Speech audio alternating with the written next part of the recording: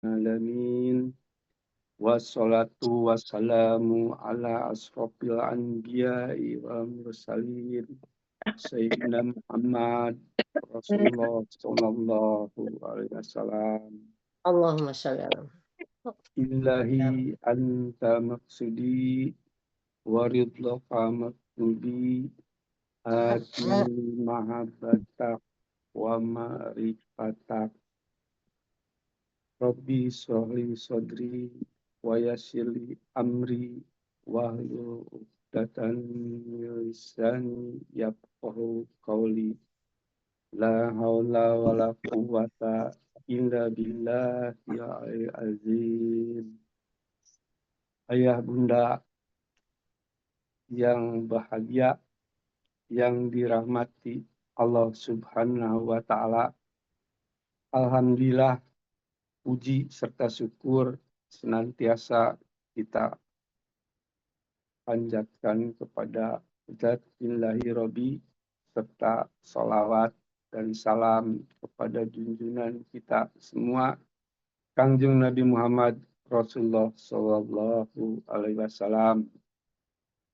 Pada pagi hari ini yang sangat berbahagia dan bermakna, marilah sedikit barangkali kita mengungkapkan hal yang terkait dengan Al-Quran, dengan kemuliaannya yang telah diturunkan kepada Nabi kita dan kemudian kepada kita semua.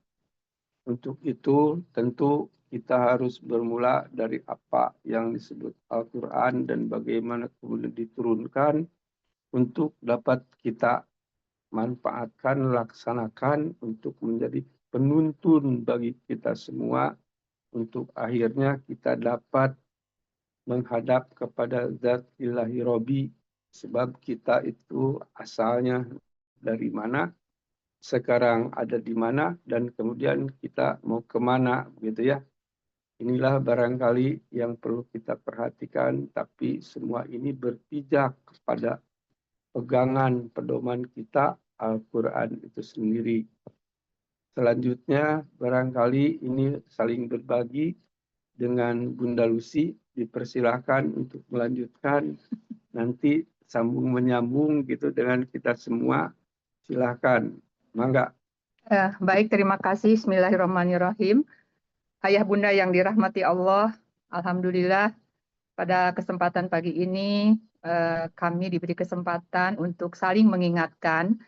Sebetulnya di antara kami tentu tidak lebih baik dari ayah bunda juga, namun mari kita berhenti dan merenung sejenak di bulan suci Ramadan ini tentang Al-Quran, kitab yang kita wajib imani, sebagaimana kita ketahui bahwa Al-Quran itu merupakan rukun iman, salah satu yang harus kita imani, dan juga kita tahu bahwa Al-Quran ini diturunkan di bulan suci Ramadan, dan di antara kita tentunya ada beberapa yang sudah khatam berkali-kali, bahkan ratusan kali, namun mungkin ada juga yang berlalu begitu saja tanpa makna karena tidak paham isinya.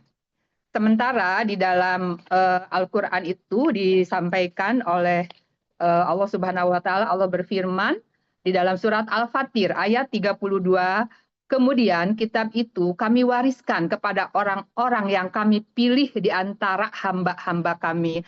Artinya kita patut bersyukur kita sudah dipilih oleh Allah untuk mendapat warisan ini.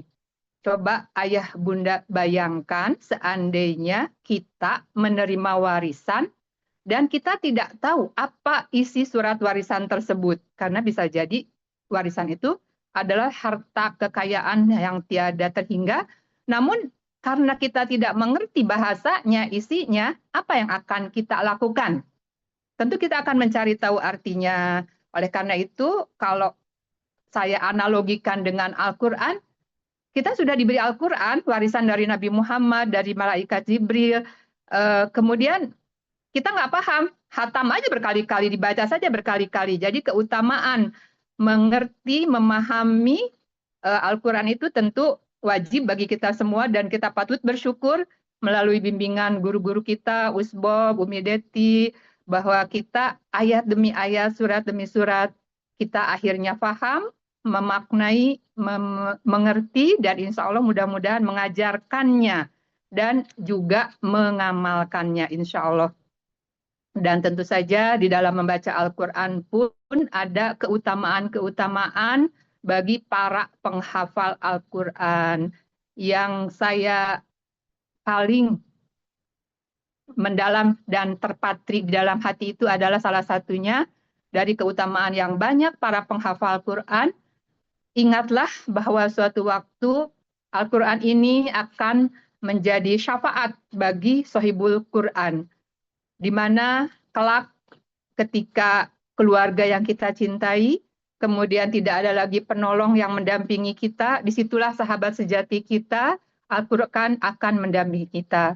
Dan itu juga yang menggerakkan hati saya untuk menuliskan ketika sahabat sejati datang menghampiri di saat aku kembali.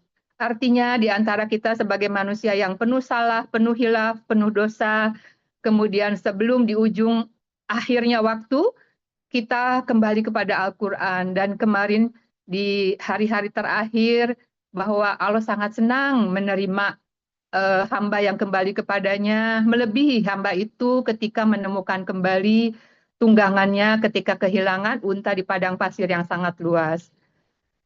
Kira-kira seperti itu kebahagiaan kita barangkali saat ini ketika kita menemukan kitab yang sangat kita agungkan, yang kita muliakan, dan mudah-mudahan menjadi syafaat kelak di akhirat ya. Dan ini tentu saja mengingatkan kami berdua, mengingatkan kita semua untuk istiqomah, tidak ada yang drop out, tidak ada yang keluar dari kelas ini, dan juga kita terus istiqomah di dalam ketaatan kepada Al-Quran, kepada Allah, sampai maut menjemput kita, sampai Allah menyuruh pulang. Kira-kira mungkin itu yang poin-poin penting, karena kalau saya, ini sebetulnya banyak yang saya baca, yang saya pelajari, dan yang terpatri di kepala, namun karena memang dibatasi oleh waktu, jadi yang nempel di kepala saja. Contekan sejak lama Umi kami yang nempel-nempel di kepala, tapi ternyata kan tidak bisa disampaikan semua karena memang yang teringat itulah yang disampaikan. Sehingga ketika kami di tim 11 membuat buku dan kebagian menulis tulisan tentang Bunda Emi, saya mengambil judulnya bahwa Al-Quran menjawab semua persoalan hidup. Dan ternyata disitulah masih paham kita bahwa di dalam Al-Quran segala masalah, segala pertanyaan ketika usbab tadabur, ya Allah ini jawabannya, ya Allah ini jawabannya, ya Allah ini jawabannya. Dan kami bersyukur ketika kami diberi hidayah, diberi kesempatan oleh Allah sebelum Allah panggil pulang untuk menghafal, untuk mentadaburi ayatnya. Oleh karena itu mari kita saling bergandengan tangan, mari saling mengingatkan untuk jangan pernah meninggalkan kelas, jangan pernah meninggalkan kajian, meskipun kita sedang sibuk, sedang safar, sedang apapun, meskipun off cam, meskipun lelah seperti tadi malam baru pulang jam 2 gitu ya, tapi karena merasa sebagai suatu kebutuhan, rindu, akhirnya tidak ada halangan apapun yang menghalangi untuk bertemu dan hadir di sini. Barangkali itu, mohon maaf, bukan berarti menggurui, tetapi saling mengingatkan. Terima kasih. Assalamualaikum warahmatullahi wabarakatuh. Dikembalikan kepada Ayah Andung. Baiklah, dengan menggarisbawahi kembali bahwa kami tidak berpretensi menggurui, namun di sini semata-mata wasiat mewasiati, gitu ya. Demikian diharuskan untuk saling mengingatkan, saling mengisi, saling berbagi. Namun dari hal tadi gitu ya, dan mengenai Al-Quran ini yang mengandung banyak fadilah, hikmah, bahkan mujizat, dan juga sebagai syafaat nanti kelak di akhirat itu demikian rupa Al-Quran itu. Dan semua yang kita pelajari, kita membaca, kemudian menghafal, menulis, mengamalkan, ini harus semata-mata ditujukan kepada zat ilahi robi.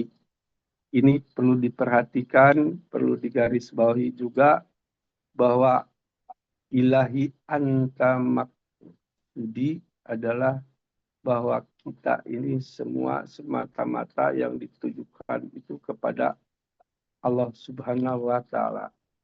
Allah Subhanahu wa Ta'ala, Allah itu nama, gitu ya. Jadi kita tujukan itu bukan semata pada nama, tetapi harus kepada yang mempunyai nama. Yang mempunyai nama itu adalah zat ilahi robi, zat laisa kamislihi. Jadi harus diperhatikan, ini mohon barangkali untuk digarisbawahi bahwa Allah itu nama. Jadi kita jangan ditujukan kepada nama, tapi yang mempunyai nama. Yang mempunyai nama itu adalah zatnya, zat ilahi robi, yang zat laisa kamitslihi. Sebab kita kembali juga bukan kepada nama, tetapi kepada yang mempunyai nama. Oleh karena itu perlu kita juga menelisik, begitu ya, harus mengenal siapa itu yang mempunyai nama. Ini harus mengenal kepada Allah. Untuk mengenal Allah itu harus mengenal kepada diri sendiri. Siapa hakikat dari diri kita sendiri. Kita berasal dari mana, gitu ya. Tuh ada yang diciptakan begitu dari setetes mani, jadi segumpal daging dan seterusnya jadi tubuh begini. Tetapi juga ada yang ditiupkan, yaitu berupa hal yang rohani, yaitu ruh.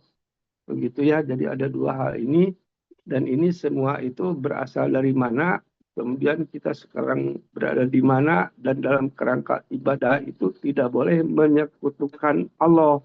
Zat Allah itu ya, tidak boleh disekutukan. Ini harus hati-hati sebab walaupun sedikit ada sesuatu yang seperti tersembunyi atau juga yang hoki gitu ya. Jadi kita kalau menunjukkan kepada Allah, Allah itu sebetulnya nama. Nah ini harus kita tujukan kalau menyebut Allah itu pada zat yang mempunyai nama Allah, gitu ya, zat ilahi robi, zat laisa kamislihi, yang tidak bisa disamakan, disandingkan dan tidak ada menyerupai dengan Allah itu, gitu ya. Nah ini, jadi kita kembali kepada Allah, tetapi harus mengenal dulu, mau kembali, mau berjumpa, begitu ya. Ini harus mengenal dulu, kemudian nanti berikutnya kita tidak boleh menyekutukan Allah. Jadi itu barangkali yang perlu kita garis bawahi bahwa ada yang disebut zat Allah, zat Allahnya itu. Saya kira demikian mungkin untuk kesempatan kali ini. Saya akhiri dengan terima kasih yang sebesar-besarnya. Billahi taufiq wa hidayah. Wassalamualaikum warahmatullahi wabarakatuh. Waalaikumsalam.